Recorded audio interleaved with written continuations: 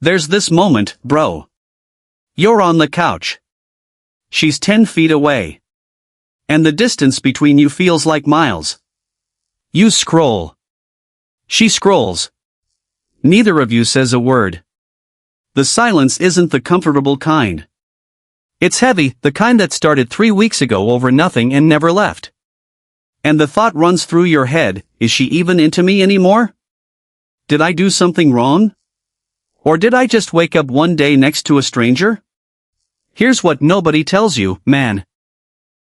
That feeling isn't proof your relationship is dying. It's proof something is still alive between you and you haven't figured out how to reach it yet. If you didn't care, you wouldn't notice the silence. You'd already be gone.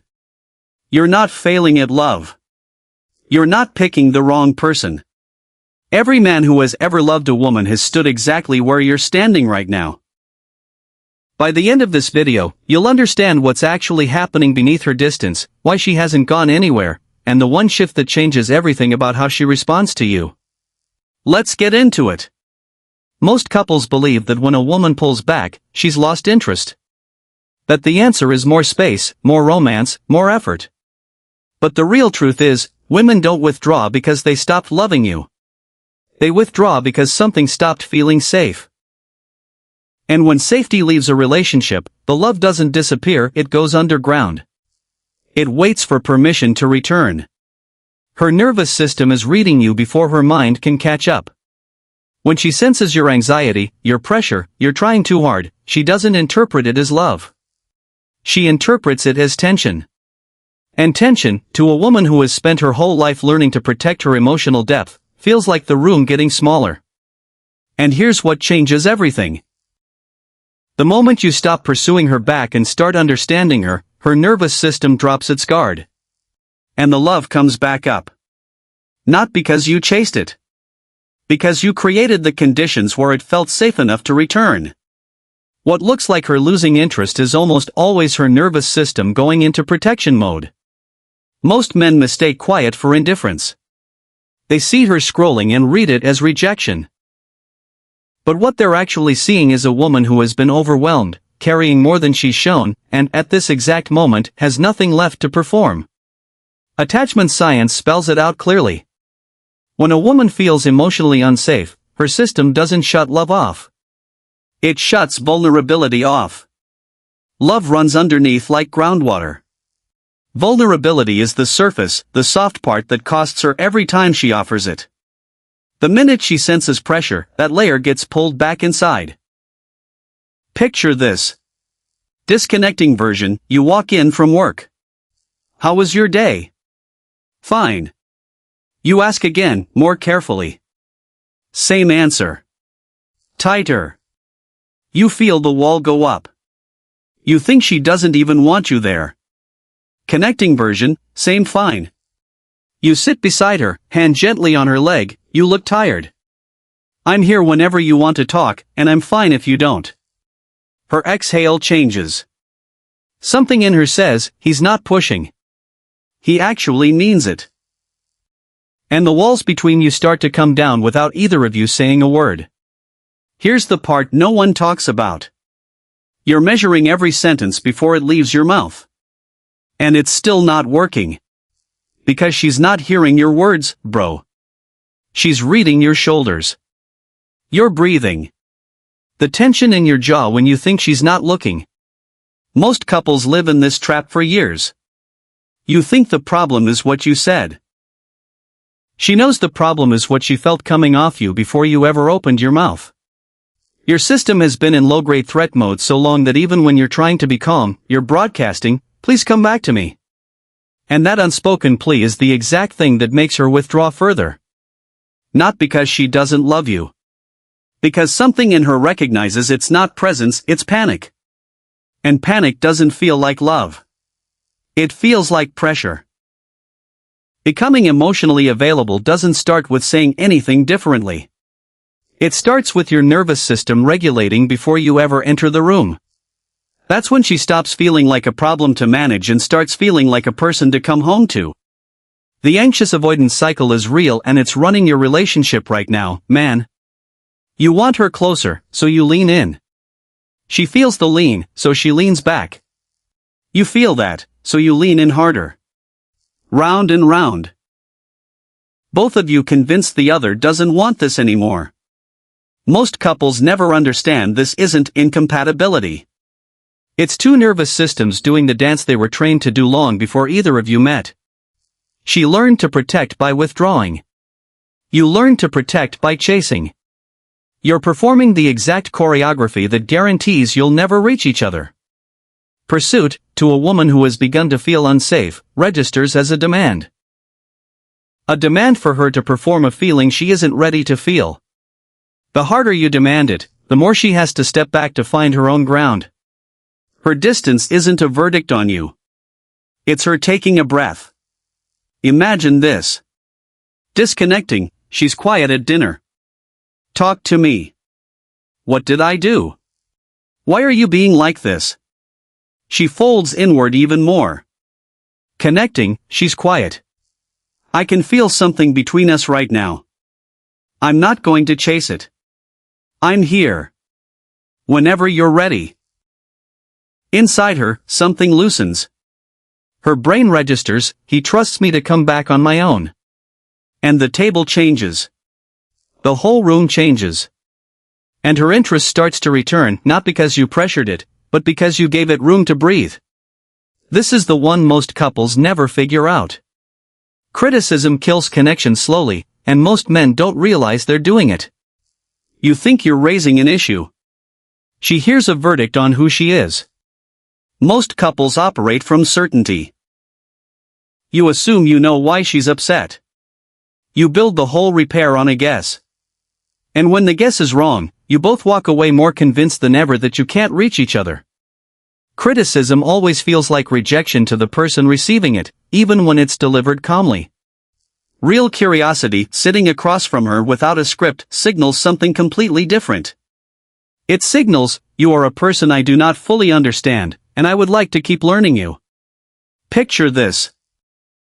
Disconnecting, you always make everything so complicated. Why can't you just accept that I was trying to help? Connecting, I can see something happen inside you just now, and I don't fully understand it yet. Can you help me see it? Something in her says, he's not fighting me. He's trying to find me. That's the shift that turns a relationship that feels like a negotiation into one that feels like a refuge. Let's be honest about something. She used to give you this soft look. It came easy once. And now it's gone. So you feel the foundation cracking and try harder. More date nights. More gifts. More babe, what can I do? And in spite of all that, the look doesn't come back. Most couples get stuck right here. They mistake intensity for intimacy. They think effort is connection. They double down on effort, and watch the love drain out of the room in real time. Desire doesn't respond to pursuit. It responds to presence. Her interest isn't gone because you stopped being impressive. It's gone because somewhere along the way you stopped being available. And being available has nothing to do with time. It has to do with whether your nervous system is actually in the room when you're in the room. Imagine this. Disconnecting, phone out during dinner. Physically there. You're not. Connecting, phone in the other room. You look at her. She looks at you. Something small gets said. It lands. Inside her. I forgot how good it feels to be chosen by the person I'm choosing. And when you do that, the walls between you start to come down and they don't come back up the next time life gets hard. Here's a sentence to sit with, bro. You cannot verbally communicate your way out of an emotional signal you're sending non-verbally. Not louder conversations. Not more compromising. Not scheduling a weekly check-in. But two people who actually feel safe enough to be honest with each other for the first time in years. Your nervous system in a conflict is like a smoke detector. It cannot tell the difference between your partner raising her voice and actual danger, so it sounds the alarm regardless.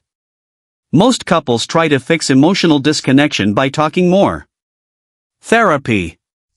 Conversations. Calendars. Words. Nothing changes. Because the disconnection isn't a vocabulary problem. It's a felt sense problem. A nervous system problem. You can't think your way out of a feeling you haven't yet let your body process.